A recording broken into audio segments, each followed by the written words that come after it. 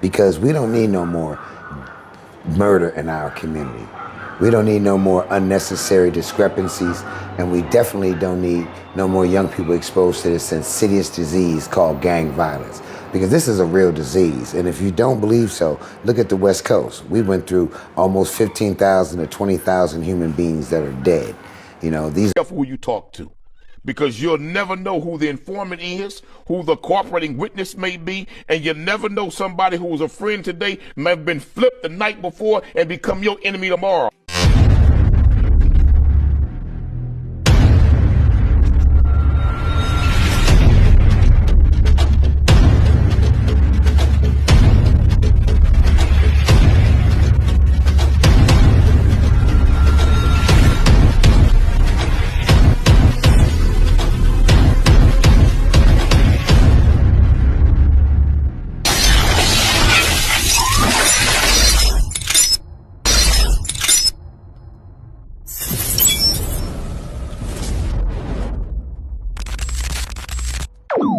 About humanity, putting truth in these lies, while they busy feeding lies.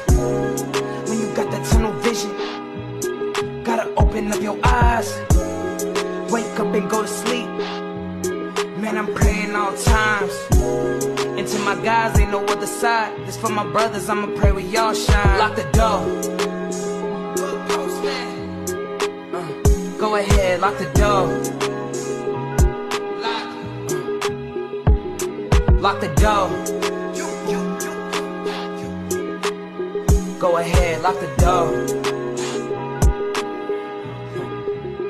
Yeah, you already know.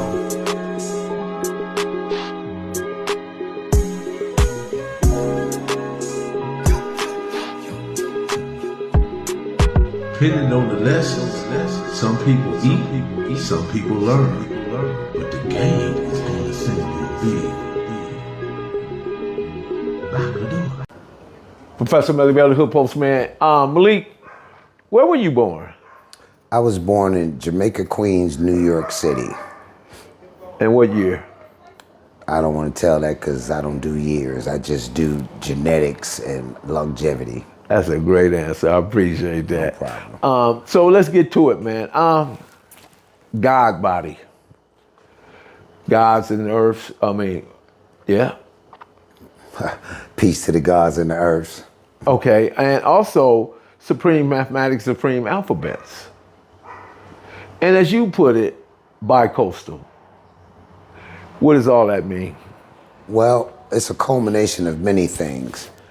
Bicoastal means I'm able to relate to both sides, whereas some people are just singular in regards to where they dwell and how they dwell and where they grew up. I just happen to be able to grow up on the left and the right. When you say the left or right, it can be considered the east and the west? Definitely. The left coast is my primary residence throughout the years, but for the most part, my education and my family rearing and my family members are all located in Brooklyn, the Bronx, Manhattan, New Jersey, Pennsylvania, North Carolina, places of that nature. When it comes to God body, right, supreme mathematics, supreme alphabet, how did they get away from that and, so to speak, reduced it to cripple blood? Well, today's mathematics is knowledge, understanding the 13th, which is all being born to culture, right? And culture and refinement is one of the principles that they base the 5% nations ideologies on. And when you see a situation that's taking place like the dropping of the rags, and I salute them brothers and sisters out there in New York, Brooklyn, Manhattan, Queens, Staten Island, all those locations for dropping that rag and taking that challenge. Because we don't need no more murder in our community. We don't need no more unnecessary discrepancies, and we definitely don't need no more young people exposed to this insidious disease called gang violence. Because this is a real disease, and if you don't believe so, look at the West Coast. We went through almost 15,000 to 20,000 human beings that are dead. These are potential doctors, lawyers, psychiatrists. These people had a quality of life that could have probably bettered the lives of many other people that are alive today. Would it be necessary for the peacemaker to go to New York? Actually, I'm on my way to New York. I can show you my ticket in the phone right now as we speak, which is a coincidence that you say that. I'm going for another business purpose, but for the most part, I definitely would love to be in New York and to be a part of what they're doing in terms of them dropping the rag and stuff because, you know, I came out here from New York dodging gang activity. You know what I mean? As y'all can see, here's my flight, so you know I'm not making that up. There you go. And I came out here dodging gang activity. I was part of a gang when I was a kid called the Young Skulls, which was a younger version of the Savage Skulls. And we were in Jamaica, Queens, and we used to wear your colors on your back, not colors like red and blue, but you had to wear the skull and Savage Skull on the back, and I believe we had a number 13 somewhere. Shout out to my boy Blinky, who's original Savage Skull. He's also a correctional officer at the court building or something in New York. Hope to see you soon. But we grew up fighting against the Seven Crowns, which is in Jamaica, Queens also. But it's on the south side of Jamaica, Queens, off of Sufton Boulevard. And my cousin, Michael Spellman, was the leader of the Seven Crowns. So I got a pass in between that. But when my mama used to go to work, and you know, I got to say this because she was young, I think she was called they didn't call them strippers back then. They called them like go-go dancers or something like that. And I used to bring the little gang members in my house. I gave them guns and stuff. And one funny thing, real quick, to me it was funny. They got my attention because I've always had a love for people that were considered the stones that the builders rejected. I've always had a compassion for the underdog. I never liked the bully. I never liked oppression. I've never liked racism. And I brought these dudes home, and they used to impress me, and they used to make these cheese sandwiches. And they used to take them and stomp them with their boot and then pick them up and eat it. And as a kid, I was impressionable. And can you believe I used to have them do stay in my mama's house? And then by the time she come home, I'd have them out my mama's house. I even gave my father a shotgun. I'm young, I don't know. So my thing with New York is we were born on a more of a cultural situation, like God Body or going to the mosque on 116th, you know, or break dance or music. We didn't have this thing where you just kill people because you was a Crip or a Blood. They had never heard of that. So when I first seen that in New York, I was shocked. But then I also had somewhat of what, metaphorically speaking, survivor's remorse, because I'm like, you born and reared in New York, because I wasn't raised in New York. You raised chickens and dogs and animals. You rear human beings. And I was shocked due to the fact that I survived New York. Now I'm out here piping in Cali with people I never went to school with, none of that. I just grew up with them, watch them throw up and do their thing. But what value would I have to New York? I've always pondered that, and I've always wanted to go back, but I never really had to have a reason to go back because Crips and Bloods wasn't that serious. But for them brothers to really accept that challenge, Mel, and you and I know personally, all of our friends either dead or locked up. It's not a game. This is not some cliche statement that we just make due to the fact that, you know, we want to have conversation. Like, those funerals are costly. And as I stated on another show, a gang murder cost the taxpayers $1 million from bullet to burial. I don't know what it costs in your state, but I know in Los Angeles, the DA get about $100,000, and don't quote me on it. The police get some money, the coroner gets some money, the judge gets some money, the person that cleaned up the murder scene gets some money, the victim of a violent crime family gets some money, and then the defendant get a total of $775. That's for everything. That's including investigator, lawyer, everything. So they come in and give you a deal. So we don't need no more murder of black people. This is a war-torn society, you know? And one other thing I wanted to say, what's the gentleman's name that just recently passed? Rest in peace, because I don't want to see anyone die. I don't care who they are.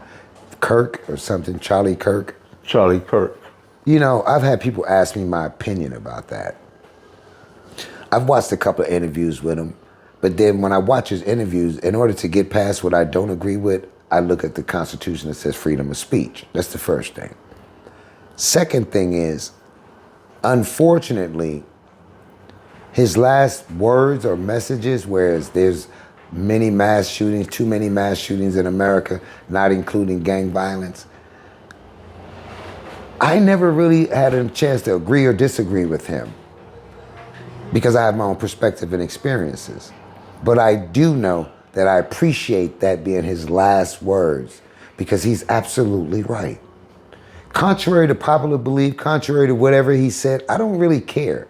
Because I've never met an oppressor or anyone in America that wasn't of a certain status that didn't feel the exact same way that most of Americans feel. Yeah, they're very arrogant, very narcissistic, and very consistent in what they believe in.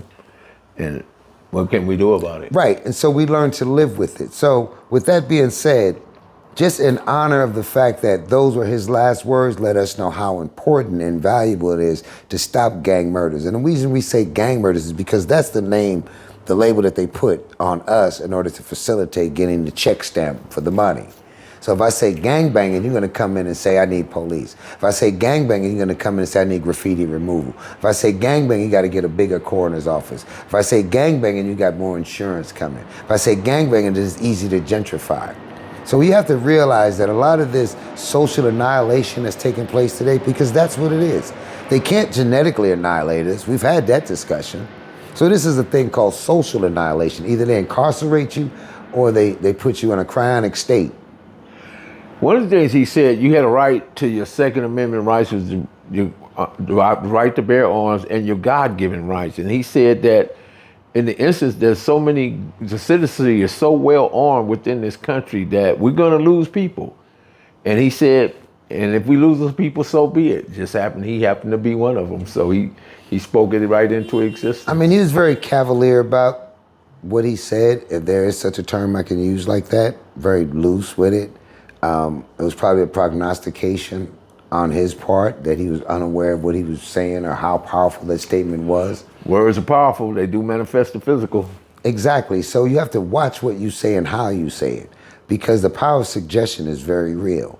And in his situation, I believe he's nothing short of what's the young man's name that they had on the run for a long time that revealed everything to the United States? Solange, or, they had him hide in Russia for a second. He had all America's secrets. I'll think of his name in a second. But this guy was part of that process. Edward Snowden? Mr. Snowden. So this gentleman here probably had a little Snowden somewhere, probably knew a little bit too much, may have gotten a little too big, could have been a presidential candidate. We'll never know, because those people operate on a different tactical frequency than you. Because he did say, we need to see them Epstein files. And there seem to be a group of individuals that do not want the Epstein files to be revealed, because there's some very powerful names attached and associated with the Epstein files. And this guy, Kirk, Charlie Right. Kirk, and they kept saying, can't, let's see him. They can't take the risk of him being in the interrogation room and threatened with 30 days incarceration, and then he reveals something that may have been discussed in a private conversation. That's just my opinion. Those people have different FICO scores than me, so I can't really elaborate on what their situation is. All I know is what I stated unequivocally before, is that we're fighting against principalities and spiritual wickedness in high places. And whatever the revelation of his beliefs is has now been revealed to him, because as we all shall come from God, we all shall return. And regardless of how you return, we all shall return. And your perspectives is what leaves a footprint on the earth or not. And in his case, he had a crowd of young people that were impressionable, very young. He was very young from what I gathered. And in this day and time, everyone that says, made in America, or they don't like black people or things of that nature, we've endured that for years, Mr. Postman. This is nothing new to us, what he says or what he believes. And people have a right to believe. I believe that oppressors should be locked up forever and silenced, because I hate oppression. He believed what he believed.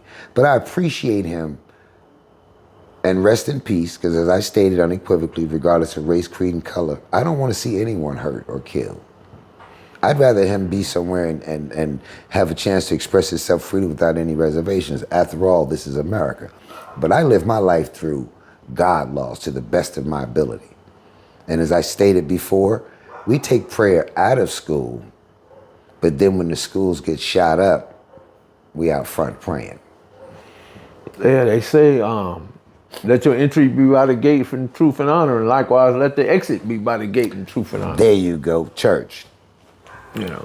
Church, man. But I'm glad we had the opportunity to discuss this, and I don't want to take too much of your time, because we move as we move forward. We got quite a few videos to put out, you know.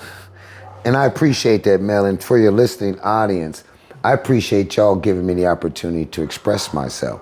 It doesn't reflect that of the postman and his staff or his constituents, or should I say his colleagues.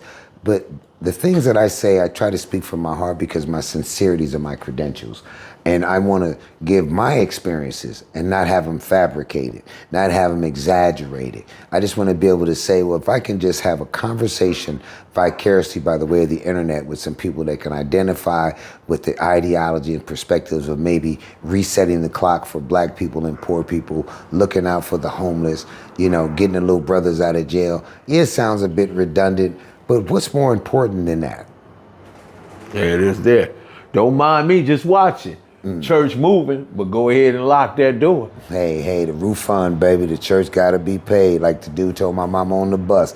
He said, my name is Bill, and you know bills got to be paid. The game gonna send you a bill. Lock the door. Perfect grind all the time, baby.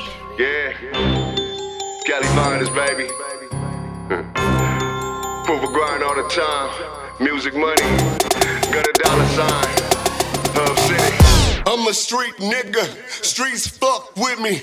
I'ma keep pushing products till the fans get me. It's guap off top, diamond Cartier. That nigga Wall won't give a pro bitch the time of day. They see me climbing, they see me shining. That's hard work, proof of grinding. New money got me tipping in that 550. Ali, bad man, and I'm so pretty. I got that tech with me, that's my hater sprayer. Go big, grind now, nigga, play later. What can I say? I'm addicted to this paper stacking, and I don't talk about it, I just make it happen.